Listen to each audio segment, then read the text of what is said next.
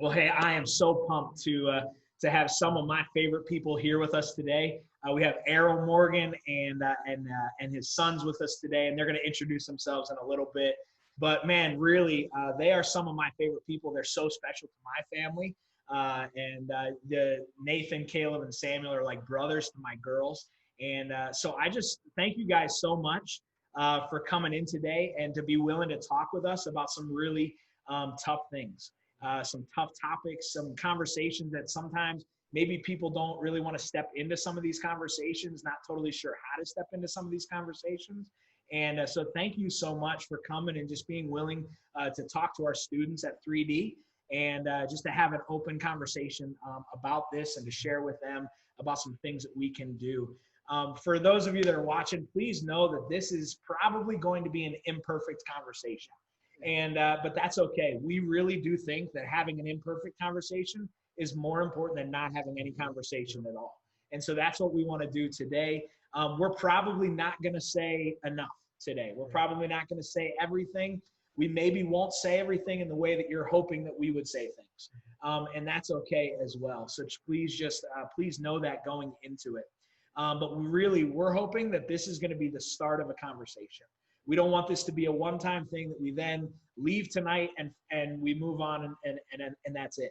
We want this to be the start of a conversation so that hopefully our students, small group leaders, this will then prompt them to have another conversation and to take that and move it forward and continue having those conversations. And so as we get started, guys, I'd love for you to go around and just kind of tell us a little bit about, introduce yourselves to us again. I shared all your names, but you guys introduce yourselves. And then tell us where you are at right now in life, where you're living, kind of some of the things that you're doing, and we'll let you guys go first, and then we'll let your dad finish up. So why don't we go youngest to oldest? Let's go youngest to oldest. All right. All right. So I'm Samuel Morgan. I'm now 20 years old. I live in Port Charlotte, Florida. I am currently working at a job at a restaurant as a busboy, and then I will also be joining back in my second job at the Punta Gorda airport cleaning rental cars once it opens up more, since the virus has kind of taken a toll on that. Cool. Awesome. Yeah. My name is Caleb Morgan. I'm 21. Right now I am in Atlanta, Georgia. I am really not working because I usually sing and at events, and all events have pretty much been canceled. But I've been able to do a couple curriculum video shoots, couple dance shoots, and yeah, just things are starting to pick up. And then this summer I'll be at Big Stuff in July. We wish you guys could be there. Totally understand. We'll see you next year. Yeah, and my name's Nathan. I am currently in the last 2 summer classes of my master program, trying to get that graduated soon. And then I am also studying to take the last part of the CPA exam. And so a lot of big things hopefully coming to an end in August. I'm living in Nashville with my girlfriend's family, just so I can be down here, and just with all the things with taking tests and stuff, it would have been harder to go back home to continue getting all that work done. But yeah, and then after that, in late September, I'll start working full time at Ernst & Young doing auditing work. And I'm Errol Morgan. Many of you have seen me eat hot mac and cheese or whatever contest is happening at 3D. Currently, I'm in Scranton, Pennsylvania. I live in Wilkes-Barre, Pennsylvania. And I'm the campus pastor for the Wilkes-Barre campus at Parker Hill Church. And it's every once in a while we get together to have conversations, but this is fun. I'm excited. I'm looking forward to this. Yeah, for sure. And all 3 of you guys, you're all Lakeland Chiefs, right? You all graduated? Yes, sir. All right. So just want to undefeated team right here, baby. Undefeated. So just wanted to let all of our students know that you guys all did graduate high school here in Pennsylvania, in our area. And they did graduate. Yes. Yes. Got that diploma. Congratulations on that. But no, they were a huge part of our student ministry as well. And so guys, man, again, let's just jump right in. And I would love to I want to be a learner today, and I want to sit and I want to learn and to hear from you guys. And so feel free to talk, to share, and I'm excited for our students to be able to hear from you guys today. So kind of the first question to get us rolling is, what are, man, the last couple of weeks, last few months have really brought some things to the surface, and that were definitely there before, but they have risen to the surface now, and a lot of people are talking about it. And so what are you thinking right now and feeling regarding racism and regarding injustice in America, in our country right now? I'll start. It's definitely brought things to the forefront in regards to the differences in how people of color are sometimes treated, often treated.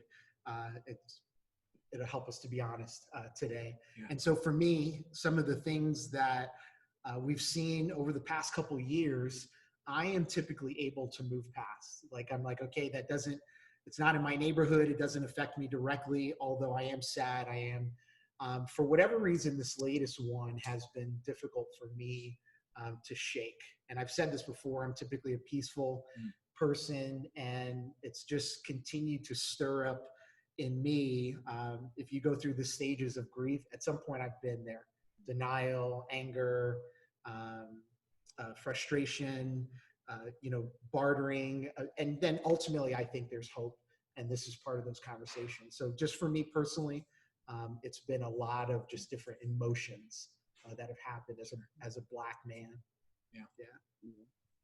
I think for me, it was just like, when I initially saw it, I was just mad. Like, it just didn't make sense to me that you could, because I went to, and we could probably get into this later, but I went to like a march that happened in Nashville a few days ago. And at one point in the march, they had everybody kind of kneel for like the same amount of time that George Floyd was kneeled on during his thing with the police. And I kept seeing signs that said 8 minutes, 46 seconds, something like that. In me just kneeling there, I was like, wow, like this kind of hurts. Like I've been kneeling for a long time. And to then correlate that to the fact that someone was on top of a person like that for that period of time and just had no regard for how they were feeling, that again, it blows my mind how there was just such a disregard for human life, regardless of color, like just a person was not treated like they should have been in that situation. And so, yeah, I was definitely very angry, and also being away from my family was kind of hard to deal with that eventually, but I'm thankful for all of these things that allowed us to connect. And so had a lot of tough conversations with Caleb and with Dad, and even just talking with my girlfriend's family, just like trying to be open with, honest with them, being like, this makes me mad. Like, this is not something that I want to be having to deal with on a regular basis. But in that, like you said, Dad, it's definitely been a hopeful experience, because you've seen just the reactions as people have been like trying to check in on me and be like, how are you doing? And just knowing that the capacity for change is there. It's just going to take some time and some work. But as long as we put it in, it's able to happen. And your girlfriend's family is white, so they're asking questions on how you're experiencing it. Right. I think I was just exhausted. Yeah, it came on me, so I'll just go. Yeah, I think I was really exhausted. Because it was just kind of like, all right, here we go again. I'll admit with the Ahmaud Arbery situation, that one broke me a little bit more than the George Floyd situation, because as horrible as it is to say, we've seen the George Floyd situation before, so I think I was a little more numb to what was going on there. But yeah, it was just like, I don't know, just exhausting. I wasn't like, all right, let's go march, let's go fight, protest, let's post. It was just kind of, okay. And then it was almost more exhausting to go on social media and see everyone talking about it. And then to almost have to, because I try my best to empathize and feel emotions with people. So to almost have to relive my initial awakening, I guess, to racism through all of my white friends that are now like, oh my gosh, my heart is broken. Like, what is this? And it's just like, man, I want to hurt with you. And I'm trying to, but like that will leave me like, I'm not going to be of any use to anyone if I'm hurting with you right now. So I had to take a step back from social media, from talking to a lot of people in general, just to collect myself and get angry and mad and honestly hateful thoughts out with people I trusted so that I knew I could help, because I knew I wasn't going to be any help with how exhausted I was. So. Yeah, I can kind of say little bits of each of what my family members have said. I've felt almost every emotion in the book. It's one thing, like Caleb said, like this is not the first incident that we have been like aware of where police have like had happenings with people of color. And so to see this, like I personally, I did not watch the full video. I was not able to watch the full video. Sure. It was just something that I'm like I was getting antsy. I was like hyperventilating. I was like, I'm glad people recorded it. I'm very glad. If I was in that position, there's no way, like Nathan said, for the disregard of human life, I would have had to have done something. Mm-hmm. I cannot watch someone die. Like, who am I to say, all right, your life is more important than someone else's? That's not my place. Mm-hmm. That's God and God's only, and he's the beginning and the end, and we have to live with that. But it's one of those things where it's like, all right, now what? Right. Because we've seen it before, and it's happened many, many times. It's been brought up in the news. 2014, all like the NBA players, like that's what I can relate to, wearing the I Can't Breathe shirts. And that was 6 years ago. I was still in high school, and now I'm out of high school, and it's still prevalent. And so it's like, okay, we tried something then, so what are we going to do now to actually make a difference? Would love to hear from you guys now. What would you be willing to share some of your personal experiences that you guys have faced with racism and injustice in your own life, whether that was growing up, whether that's been in the past recent years, whether that's been in the past few weeks, whatever it may be? Would you just be willing to share just some of your story and share how you personally have actually experienced it? Yeah, I think I can start because I know from talking with different family members, I think in a way I might be considered lucky because I have experienced probably some of the more tamer versions of it, yet still versions of clear disregard for a person based on their skin color. I know there's one time in middle school, there's a few times in high school, and then there was even one time in college. And I think that's the one that I'll start with because that one, I still to this day feel like that memory is fuzzy. And I think it's because in that moment, I tried to just make sure that I was thinking about everything right way. I wasn't taking it the wrong way. I wasn't assuming it was based on race too soon. But I was in the cafeteria at school, and I was taking my plates up. I was about to head to weights for the afternoon, had my cutoff on, and I'd been lifting. So maybe I was looking strong that day or something, but just standing in line, some older white lady came up to me and just handed me her dirty dishes and said, "You can take care of this for me, right?" And initially I was like, I don't, okay. Cause I was like, sure. Like I can handle her dishes. I can do what you're asking me to do. And then she kind of just like, I said, of course I can, with a smile on my face. And then she kind of just walked away. And I feel like I can never remember the rest of the memory straight because I tried to think like, was I the only dude in line, or was I just that much closer than another guy to where plates were getting dropped off that she decided I was the closest, and maybe she had something to run to like I had something to run to and I was already in line. And I think just the more and more I think about it, I was like, no, that was clearly like she came up to me and saw me as someone who she could just throw her things off on.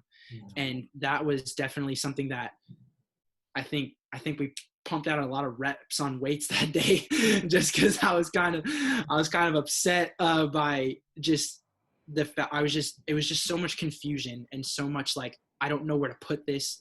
I tried talking to my teammates about it. And I think a lot of times when things like this happen and I try to bring up conversations like that, they're usually just too worried, and they love me and I love them. But in stuff like this, they're just a little scared that like I'm going to say something and it's going to be at them, or like I'm going to say something and they're like, oh, I've done that before. Is Nathan not going to like me?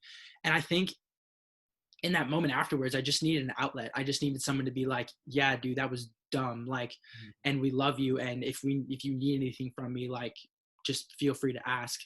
So that was probably the most recent example. And then there have been a few times in middle school where, I mean, kids just say stuff and they don't realize what they're saying. I know there were a few times in the basketball locker room in 7th and 8th grade where, you know, they'd shut the lights off and be like, oh, where's Nathan? Like, smile, Nathan, where you at? And it's like, in the moment now, I can use that and turn it into like a joke or like a memory where it was like, yeah, those guys were dumb. Like, it doesn't matter anymore. But thinking back to the fact that I had those experiences with kids who were that young as well, just shows that there needs to be a change very, very early. And there needs to be a mindset from the get-go where it's like, no, this is not the way, like, call out your kids, you know, on saying stuff like that, and not just be like, oh, they're kids, they don't know what they're saying. Because to a certain extent, that's true. But to another extent, like, that's where the formation happens. That's where the brain changes early. And it's like, no, that's not something I do. So those are just a few examples for me, where I feel like I've experienced it in my life. So it's a mindset where they're not even thinking, right? Right. They just say something off the cuff and not even thinking. Mm-hmm. And yet, man, it's starting is so small, and then that can build and build. And so if we can cut that off right at that level, at that low level, it's like, I think that's going to help fight this as a whole. Yeah. If we can get down. Wow. Yeah. Thanks, Nathan. Yeah, I guess I'll go next. Like you were saying, I feel like out of my brothers, I probably had the most experiences with it during high school. To make it relevant, I graduated 2 years ago. It's not that very long of a time to be out. I was 18 when I graduated. I'm 20 now. There's a lot of things that have changed in my life, but there are still a lot of things that are the same. I had one really, really good black friend in school. And we kind of unknowingly made this pact together that, all right, we got each other no matter what. In a school that is very prevalent, I don't know how to say that word, that's very white, it's easy to get lost in the white, even though, as crazy as that sounds, even though I stand out a lot, it's very easy to get lost in the crowd. And so I call him JJ. He's my ride or die, honestly. I know I'll have him till, like, we make jokes about how we're going to be in a retirement home together, like, to this day. Like, that's just who we are. And there have been a couple instances where we have been targeted, like, together. One time, senior year, it was basketball season, and guys on the football team at Lakeland had a group message, and we're talking about just not doing very nice things to JJ and I, and how they would like to do that, and calling us the N-word. And there was no reason for it besides our skin color. There was no, oh, he had a bad game, he did this, it's because of his skin color. No. Something that I have no control over, something he has no control over. And so I read it off a friend's, like, Snapchat, and I was like, wait, did I see that right? And he was hesitant to show me. And I was like, all right, well, if you're scared to show me, that must mean that there's something that you don't want me to see on here. And so I was like, if you're a real bro, like, you're going to let me read this. And so he's like, all right, bro, like, you know, like, I'm not going to, like, try to do anything to tear apart our friendship. So he let me read it. And it was just, like, I had to scroll and just read texts on text about how there's apparently something wrong with me and JJ, and how we're different, and how we don't deserve to be on the team, and how we don't deserve to be in the school, and certain things like that. And so I had went to the football coach about it because I'm really close friends with him, Mr. Bennett, and he was not taking any crap, and so he was able to like handle that situation for me. Also another situation, senior year, JJ and I were at my locker chilling, and there was a kid, probably freshman, as I was a senior, so he was young, and I very clearly heard him say F, and then he said the N-word. And so I looked at JJ, and JJ's like, don't say anything, bro. And I'm like, I'm sorry, but I have to, because, like, even though it wasn't directed at me, I took it personally. Because it's hard not to be when you experience it so much. You get used to it, but you never lose that feeling. When I hear someone say the N-word, I know I didn't mishear it because my body reacts to it. I like lose feeling. I'm like, whoa. Like, I might not even want to feel it, but it's like, yo. So I went over cool ahead as I could have, and I was like, yo, did I really just hear you say it? And he was like, yeah, bro, I'm sorry. Like, I'm sorry. And I'm like, why are you apologizing now if, like, you didn't say it and, like, take it back right away? Like, I saw you laughing about it. I made sure I wasn't overreacting, but, like, at this point, you might not realize it, but other people can hear your conversations. And so when you say something, even though it's out of context, there's still disrespect in the words that he said.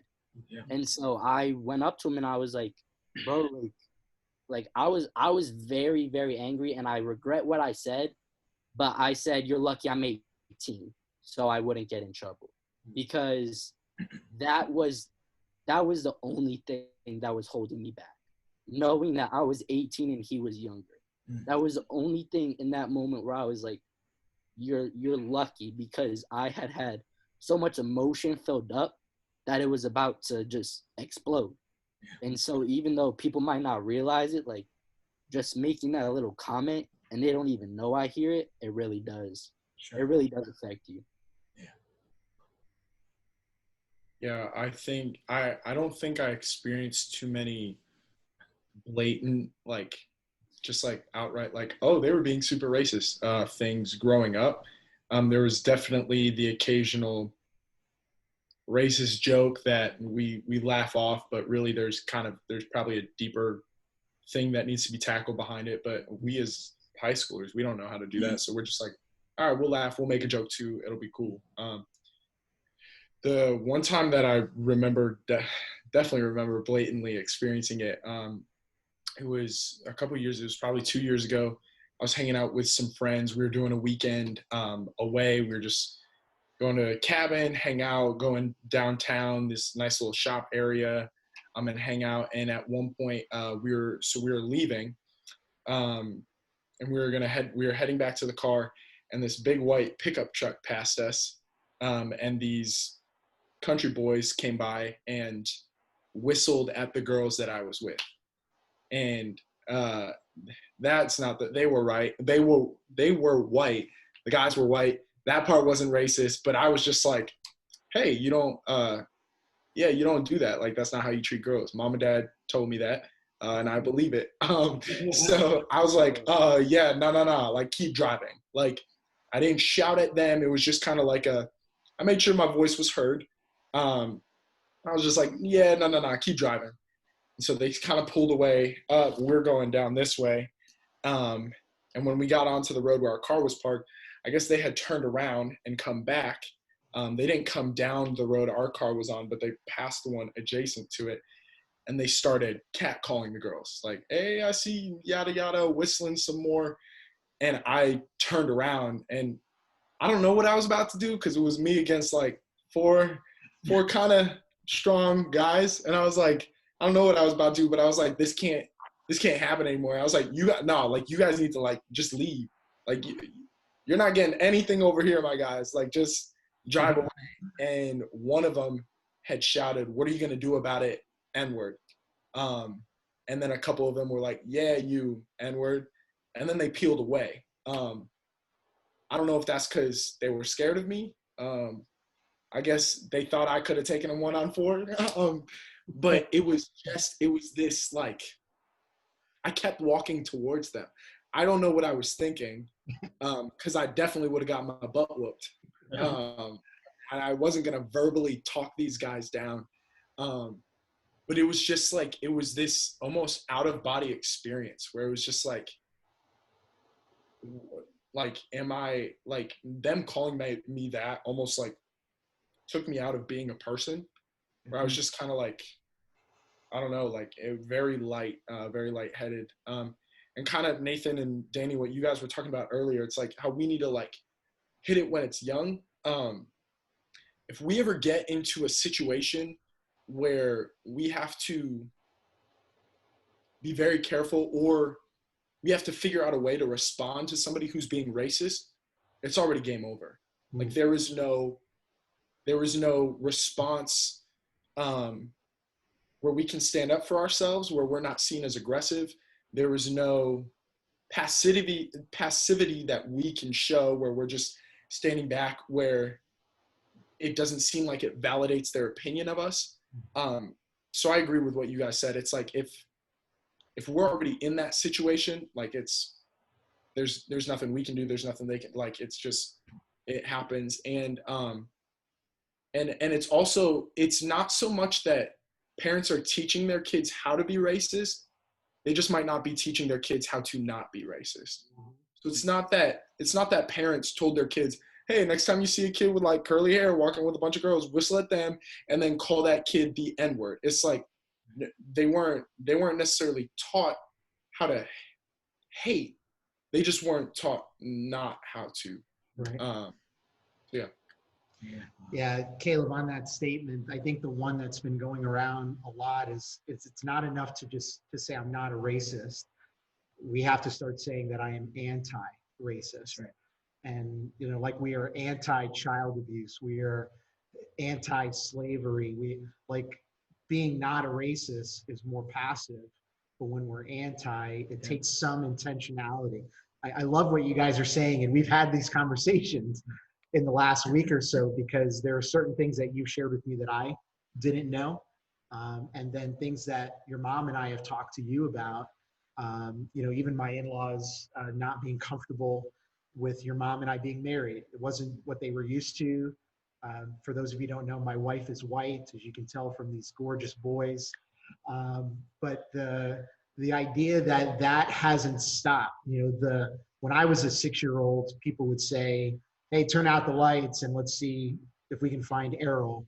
And then it's still happening, you know, it's older now and it's just different jokes. But so that people are in a context, it's happening in high school, it's happening in Atlanta, it's happening in Florida, Nashville, it's happening in Clark Summit. You know, I worked for a place that just having lunch with a buddy, didn't have anything to do with work.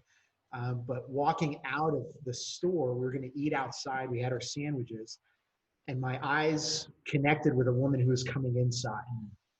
And the doors are automatic doors, but they open kind of weird. They're right together. And our eyes met, and I could see that, you know how women hang, you know, they hold their purse on their elbow? Well, she immediately put her purse onto her shoulder as she saw me. Yeah. Well, as we got closer, she took her purse off and put it on the opposite side of where I was. And I, you know, I thought, you know, I could be mad at her, hate, but there was something that caused her to do that. And I definitely think it was fear. I definitely think it was a misunderstanding of how you do a mugging, because I really can't mug her in broad daylight. You know, there's people around. So, but she responded out of something. Sure. But one of the stories that I don't know if I've shared much lately was when I was being hired by a church to be a student pastor. And one of the guys came to me beforehand and he said, there's a person in the church who doesn't agree that you should be a student pastor because your wife is white, and therefore you may teach the students that that's okay. And so we were having this conversation, and the parents were there, and the deacons were there, and all these people were in the church. And this man stood up he was in the back in the middle of the church, and he stood up and he read this letter that he had prepared about how my marriage being black and my wife being white, according to scripture, was actually an abomination. Okay. And so that word, if you guys think about what's happened in history, that word, and it made me go and research, deals directly with white supremacy. And I came to find out this gentleman was in his 60s at the time. His grandfather was a Grand Dragon in the Ku Klux Klan. So it was something that was taught to him. And since that time, he has come to apologize to me at least twice. And he's still trying to, I'm not a racist, but, okay? And whenever that but is inserted, what happens is you just forget everything else before. Exactly. So when we talk about this and we say, I'm not a racist, but, we have already forgotten what you've said. Yep. And we want you to say, to have, again, the difference between pity. Yep. We're all sad for what's going on, and pity is a lament that we all feel. But we want you to feel empathy and compassion, because those are the two emotions that act. They respond to people who are not like you. And I feel like this conversation is such a huge part of that. But it was interesting to see how the church responded to this man. They were very angry. They didn't agree with what he was saying, and I applaud them. It actually changed the tenure of our church. But one thing happened at the end. I want people to understand. That night, we had church services, which tells you how old it was, Saturday night service. And I was doing the special music. I was singing that night, a song that I had done at least 3 times. Sure. And I'm singing this song, and right in the middle of the song, I broke down.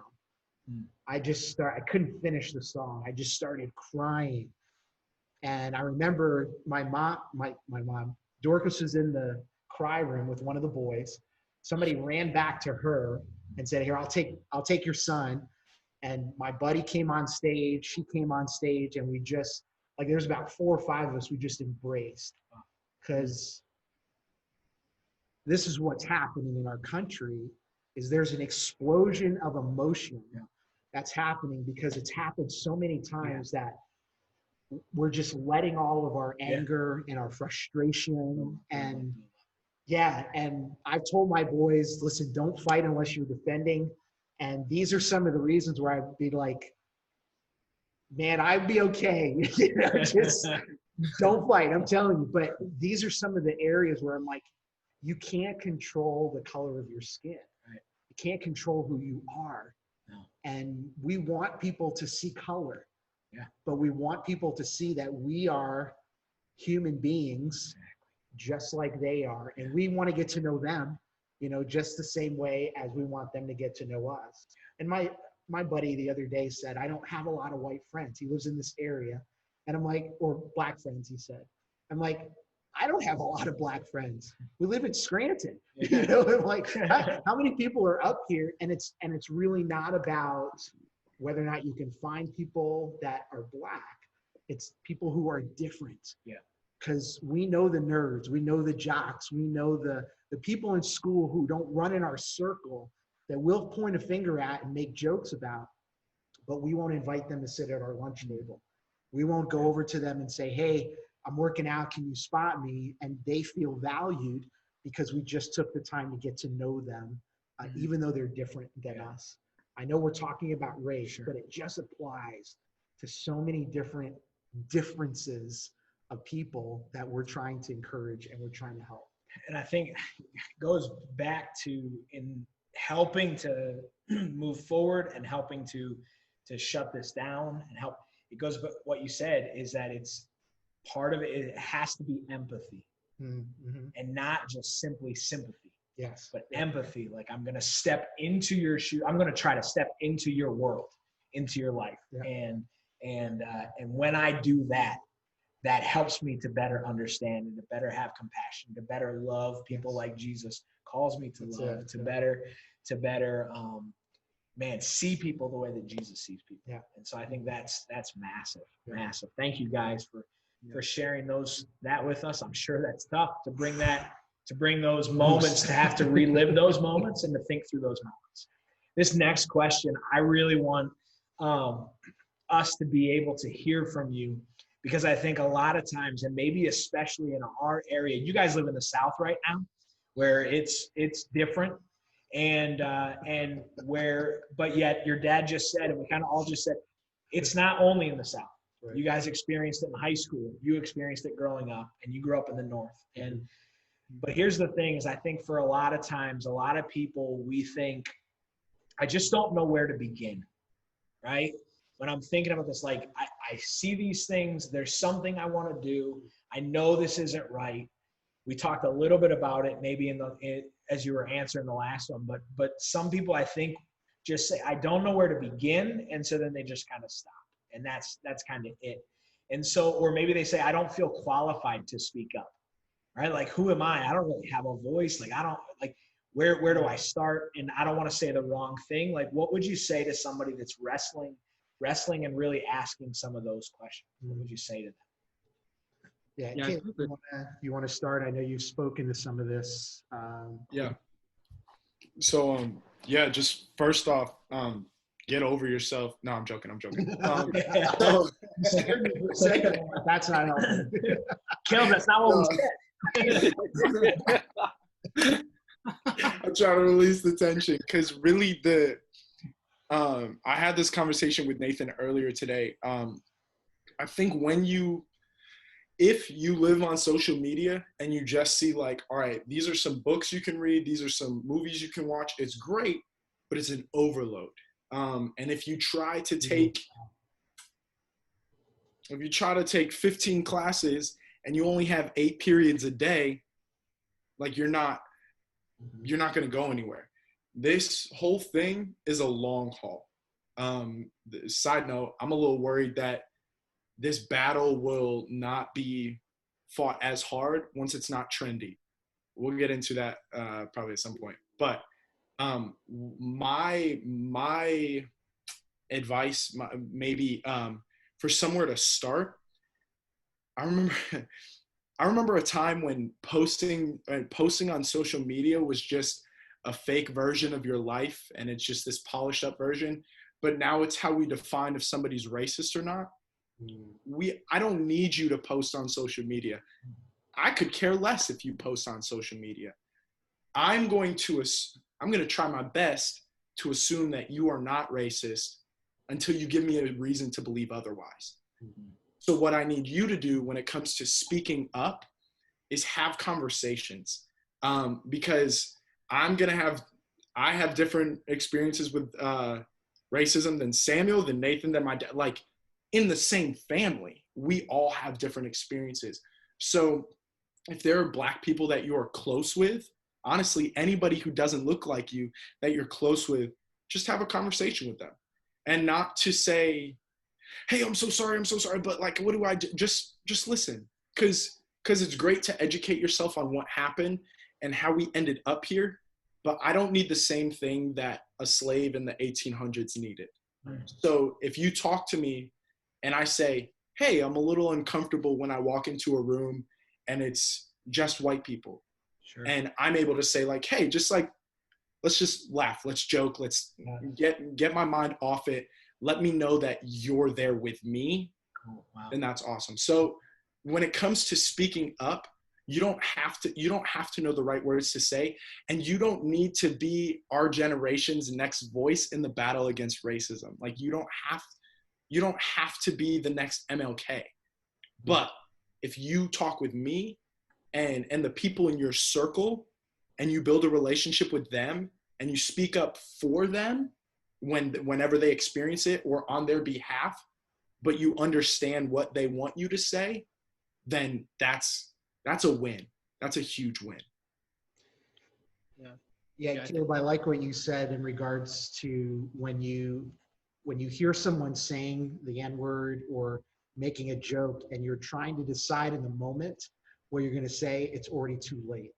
So learning things at this point are helpful for what is going to happen in the future. And you can try to imagine different situations where you say, I want to be prepared for those things.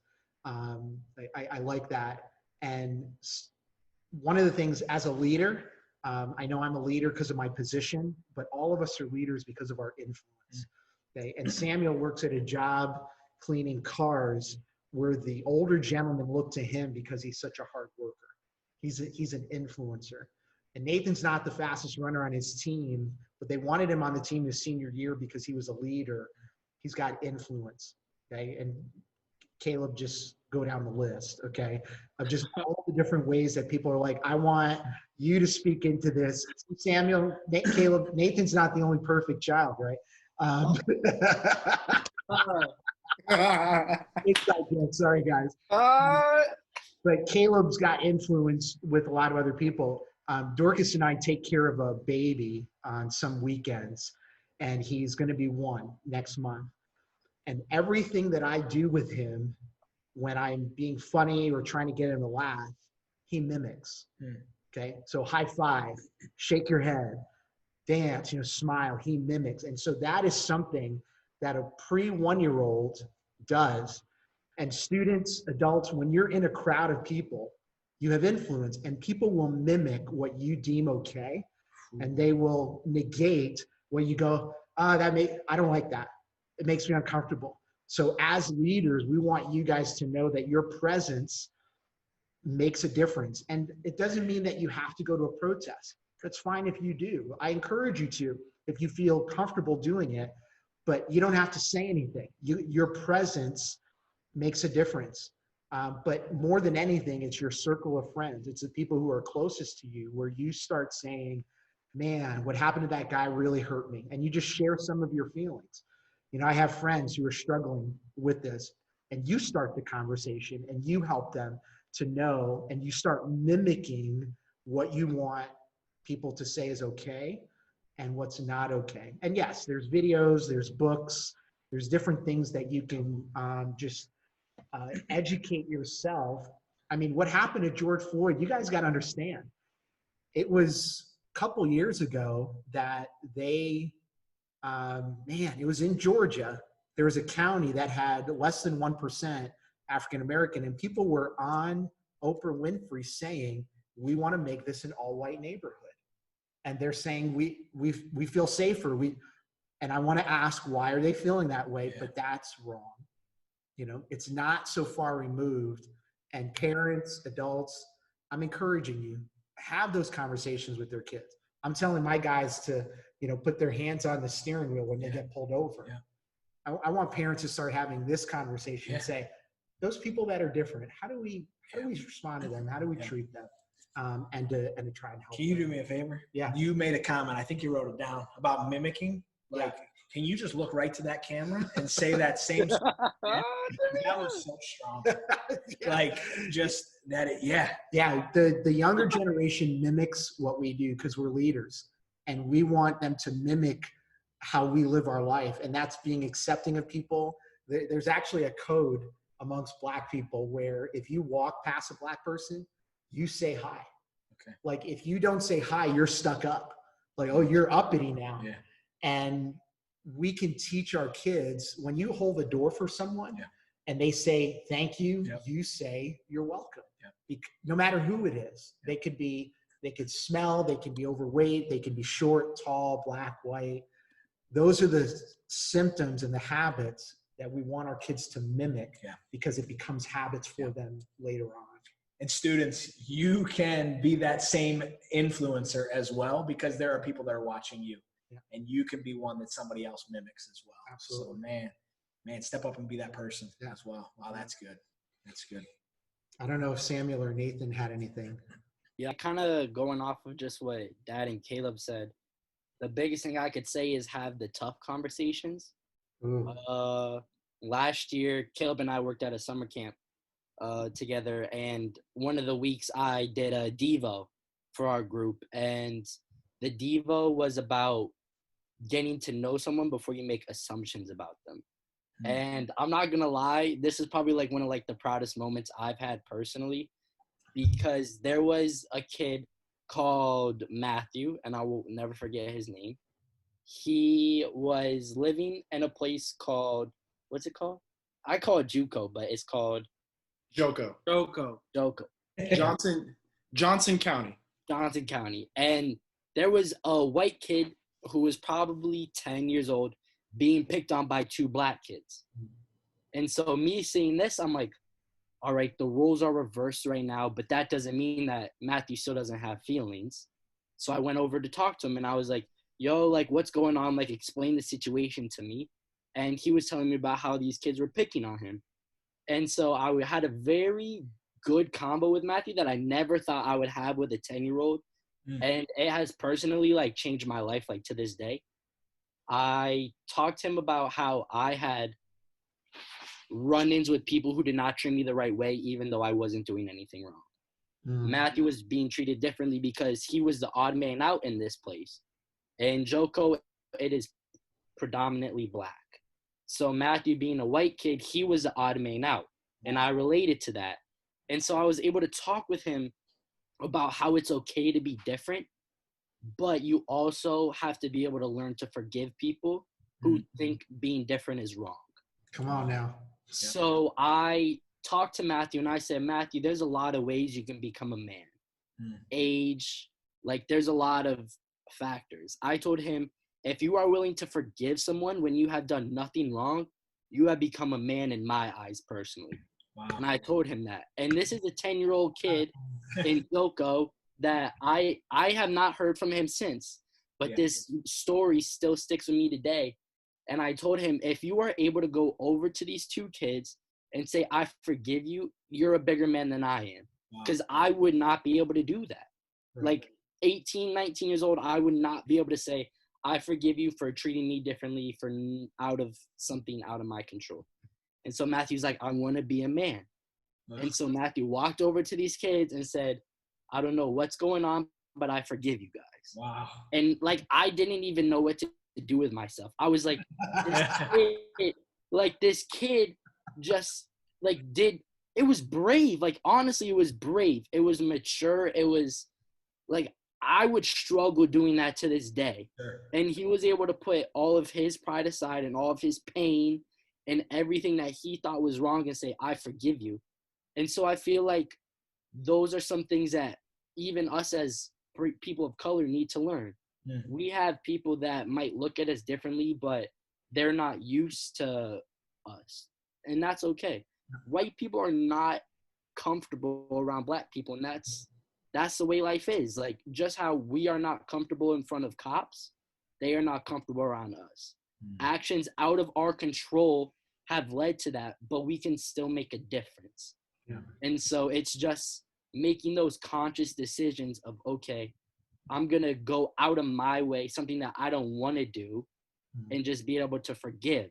And so, yeah, I feel like even as white people who might not think they have a voice, like, go talk to someone, because like, you guys might not know some things about me, but my best white friend knows about me. And it's because I was able to confide in him, because he's like, I got you no matter what. He's like, I don't care about anything but you as a person. And so that's one thing that I feel like anyone can do. Like, I don't care about your outside. I care about what's on your heart. It means so much when a white person will reach out to another white person and have that conversation without us having to initiate it. Like, all of you who are white, you have no idea how much that means. Like, I was talking to one of my good friends from college the other day. She and her family have adopted 3 little black boys. And so this is obviously something that's become very important to her as well. Just learning to navigate life with them.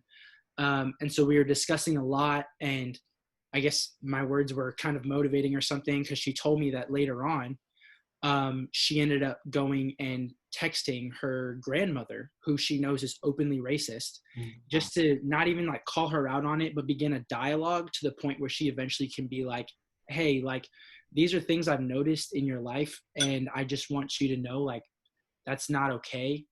And like, when she told me that, like, I almost like out loud in my seat, like my text, I was like, holy crap. Like, cause that like, and then even with my girlfriend, she was just like trying to figure out, you know, how can I help you? Because like, I have not experienced this. How can I help you? And I think the biggest thing I just told her, I was like, be like an ambassador for me. Like, when I feel like I can't say these things to someone else, take the initiative upon yourself to go and have that conversation and be like, this is what I've heard from people that are close to me and that I care about, and this needs to be addressed. Let's talk about it. And she has done that on a few occasions. And I like just thinking about that, thinking about the fact that you've got people that have your back. Like Samuel was saying, they got your back no matter what, and they're willing to find out how they can best have your back. That means the world. Yeah, yeah, and I'll echo those are hard conversations. Sure. We know, and it's nerve-wracking, even for the people who love us. And Andy Stanley, great preacher, often says the question, "What does love require of us?" And that's where we can say, well, that kid that's sitting by themselves at the lunchroom should never sit by them. I've got all these friends to share. I mean, and you do things that say, and this is different if you're not a believer. So if you're not a Christian, you have to wrestle with that. But as believers, we are called to love, and it shows. Yeah. Wow. And I think one more thing before we go to the next thing, I think along with it being a hard conversation, people have to realize that it's going to be a long-lasting conversation. Yeah. Because like just even with, so my girlfriend is a nurse. She just graduated from college with her nursing degree. No. Yeah. I'm not trying to. That's not happening. We know her. But at this point right now, she's waiting for her authorization to test for like the professional, like to become an RN basically. And with all this COVID stuff, everything's been pushed back, and she's been waiting for a long time.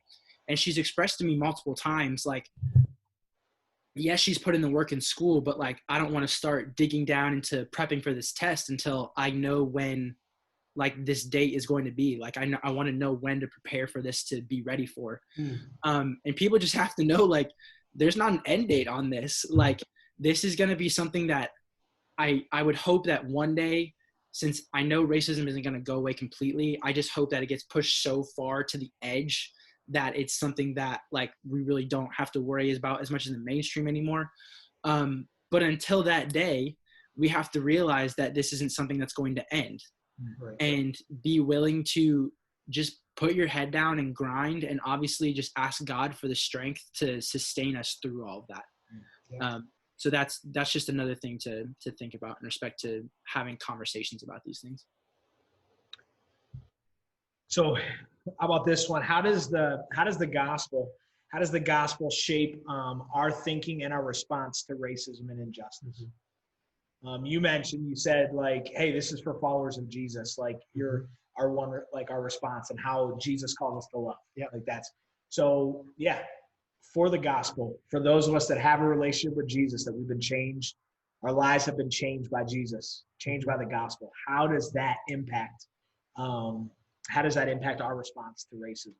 I'll start with a familiar verse. John 3:16 talks about, whoever believes will have eternal life. So that includes everyone. Jesus included all of us in regards to an opportunity for salvation. I also saw another verse in Galatians 3 that said there's neither Jew nor Greek, slave nor free, male nor female. And we look at some of those different classes as they're different, but it says that we are all one in Christ Jesus. And we have to start seeing people as on a level playing field and equal. We often look at someone who has the best talent. They have more musical ability, athletic ability. They're smarter. But the way that Christ looks at us is we're all on the same field. And this one that I just heard today was phenomenal. Galatians 6:2, it says, carry each other's burdens, and in this way you fulfill the law of Christ. What does it look like for us to carry someone who's struggling, going through something that's difficult? How do we say, I support you, I love you? And for us, it may be different. It may look different for each other. And each one of my boys receives love differently, sure, but they all receive love. And that's true of every human being. So if you're thinking practically, how do I carry someone's burden? Yeah. Well, if they're being made fun of, you can cancel that out. Yeah. You can stop it. I saw a video today of a kid who was getting made fun of because he wore the same clothes every day to school. And I don't know what that meant every day, but that was what the description said. And these two kids, and it's funny because the kid who wearing the same clothes was white, and these other two kids who were black bought him clothes. And then they brought some of their own clothes and they gave it to him. Now, it happened to be on video. I don't know why, but I'm glad that there are still opportunities out there for us to do things that are radical to show love to other people. That to me is the gospel. It's sacrifice, for other people. For sure. Yeah, I think that's the thing I feel like I've told Caleb this multiple times, but like the way Jesus lived does not make sense to our culture. Like there's absolutely no way you can reconcile with how the culture lives with how Jesus told us to live. And so I think when you think about kind of what Jesus did in response to this, like his entire ministry was going after the people that no one else cared about. Everything he did was the people who were broken, the people who had been forgotten about. Made the lame guy who was just sitting on the side of the road, he made him walk. He came up to him and said, he was walking through a crowd of people, and one person grabbed his cloak and he was like, I'm going to turn around to you because I see you and I see you're hurting and I see you're broken. And I think also the important thing to realize is that in those contexts, Jesus was there in that moment with that person. He wasn't necessarily thinking, obviously he had a lot to think about in the future, but like he was there with that person in that moment. So I think if you're around people like me, like my family members who are different than you, I think it's important to just figure out what it's like to just be with them in that moment. Because also in being with someone in that moment, you learn, like Dad, like you said, you learn empathy. You learn when you have honest conversations with people, you learn what it's like to feel an emotion that someone else is feeling. And then once you feel that emotion, I mean, if that doesn't spur you to action, then I don't know what else to tell you, because these stories, at least for us, have been emotional, and you're going to feel it when we tell you about it. So just taking that and holding on to that and allowing it to spur you forward to other things is, in the moment, I think is the thing that I gleaned from.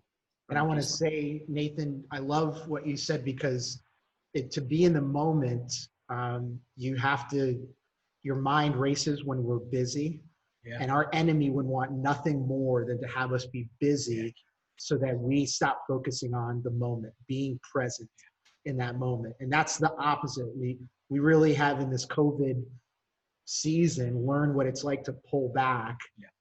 I don't know if God did that on purpose, but I'm glad he did, because being present, we've been learning that for the last several months.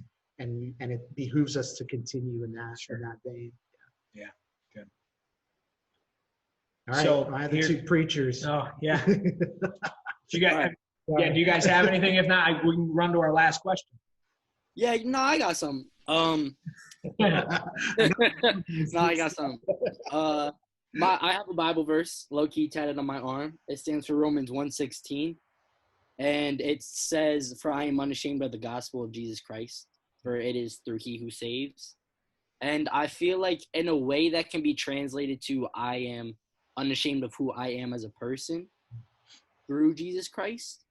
And so being unashamed of who you are, you're willing to do the things that most people wouldn't do, like go have those conversations with people, be able to take your, I don't want to say pride, but take your thoughts and just put them to the side, and just, like Nathan said, be present and be able to listen, and just like, not, because white people honestly are never going to be able to fully understand what we go through. Right. No matter how hard you try, no matter how many black people you talk to, no matter how much you spend and sign on petitions and post, you will never be able to, because this is something that my brothers and I and my dad have gone through since we were born.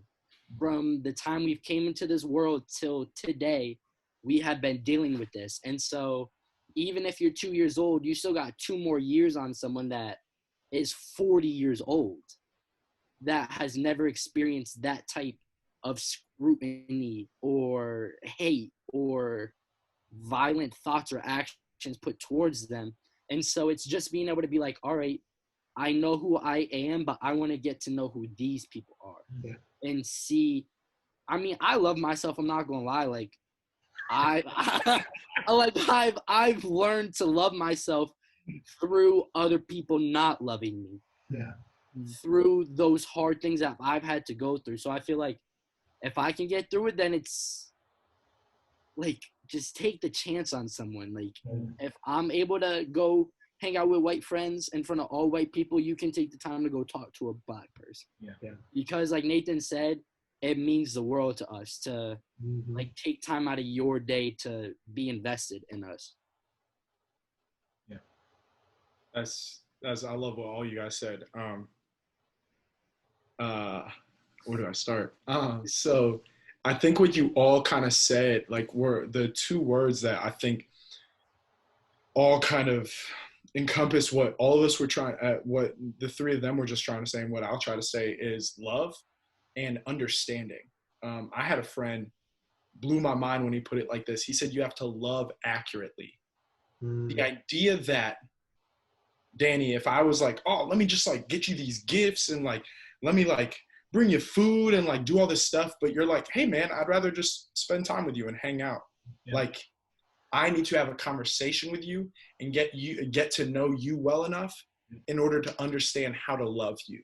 Yeah. So in order to understand and love us, there's a level of unashamedness that comes from just like, hey, what I'm doing what I do,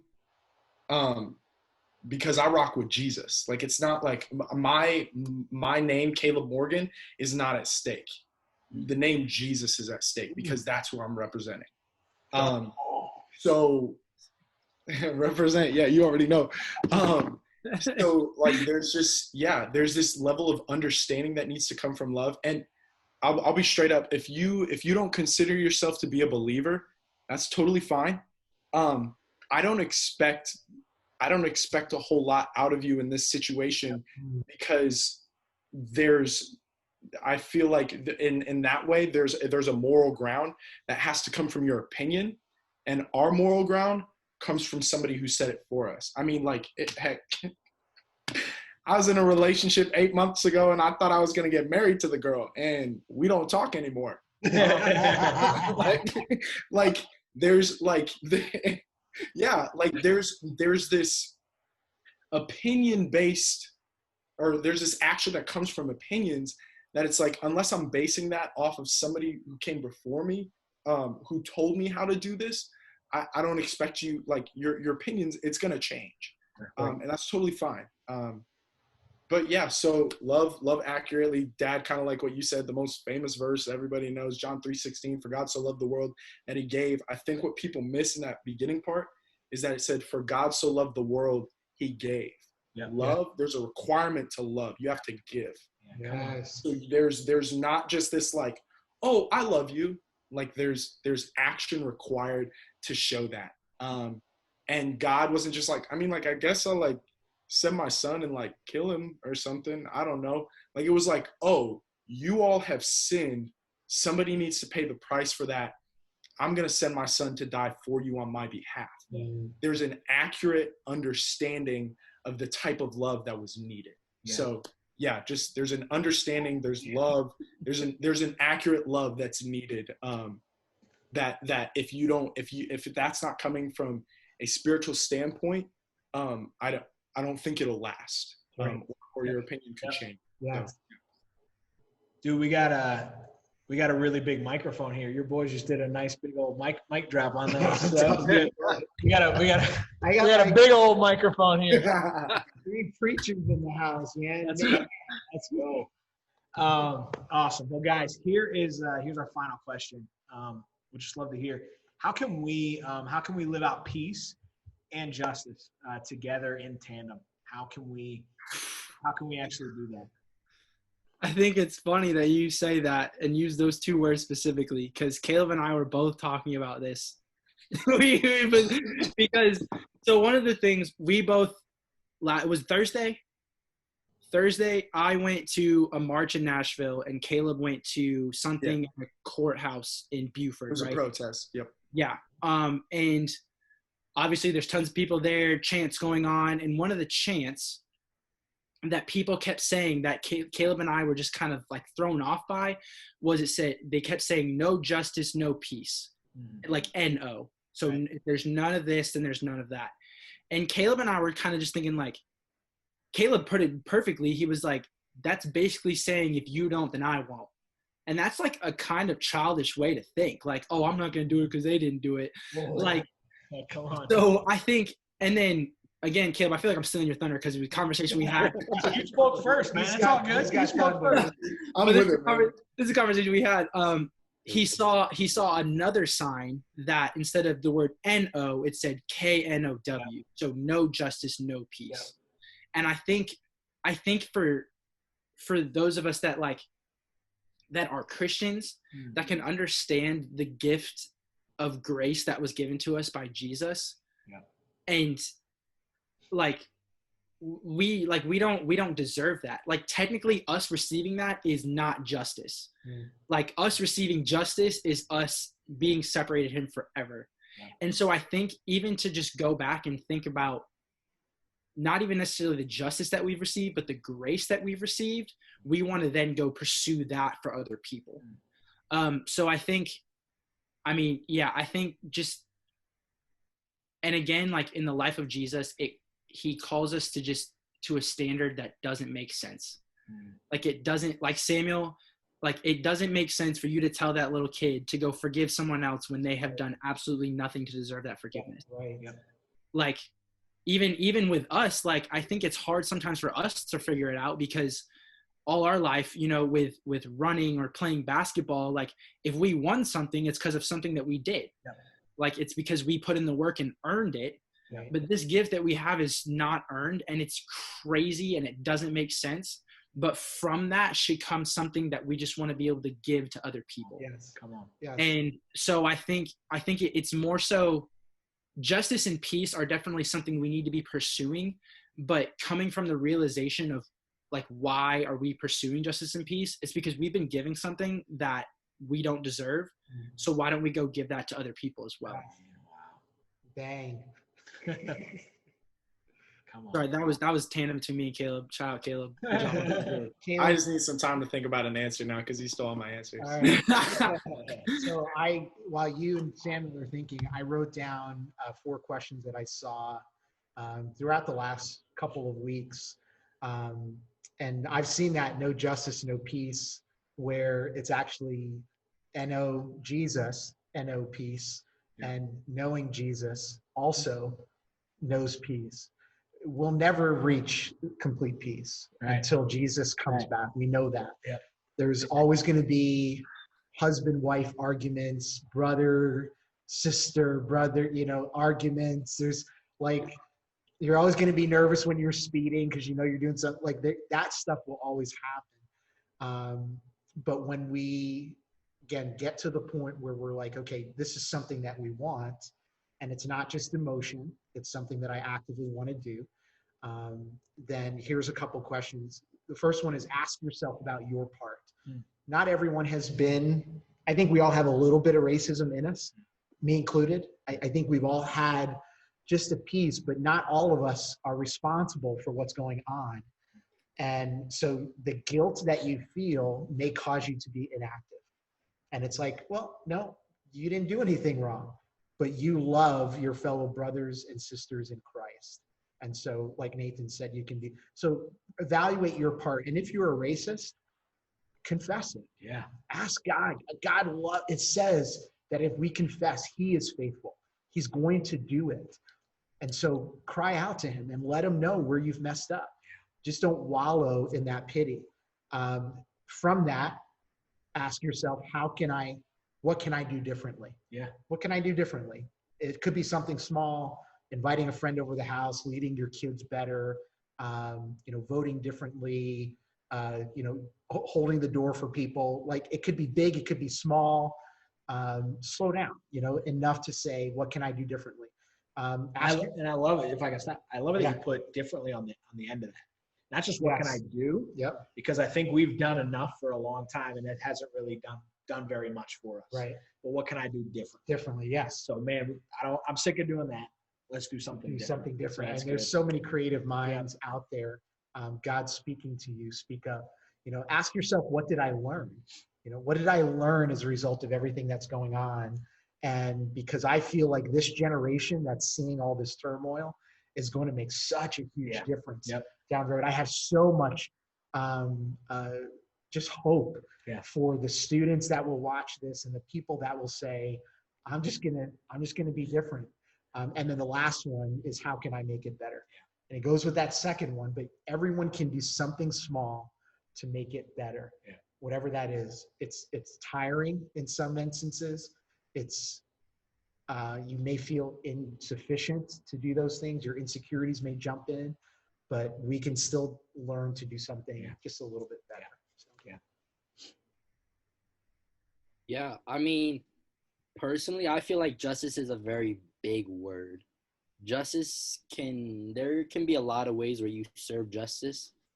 One of the easiest ways is just by doing it with one person, starting out with one person, making that one small impact. I feel like going to protests are great. Like, don't get me wrong, I plan on going one with my brothers in about a week. But I also feel like you can get one person justice. One of my best friends, his name's Logan Ben Nash.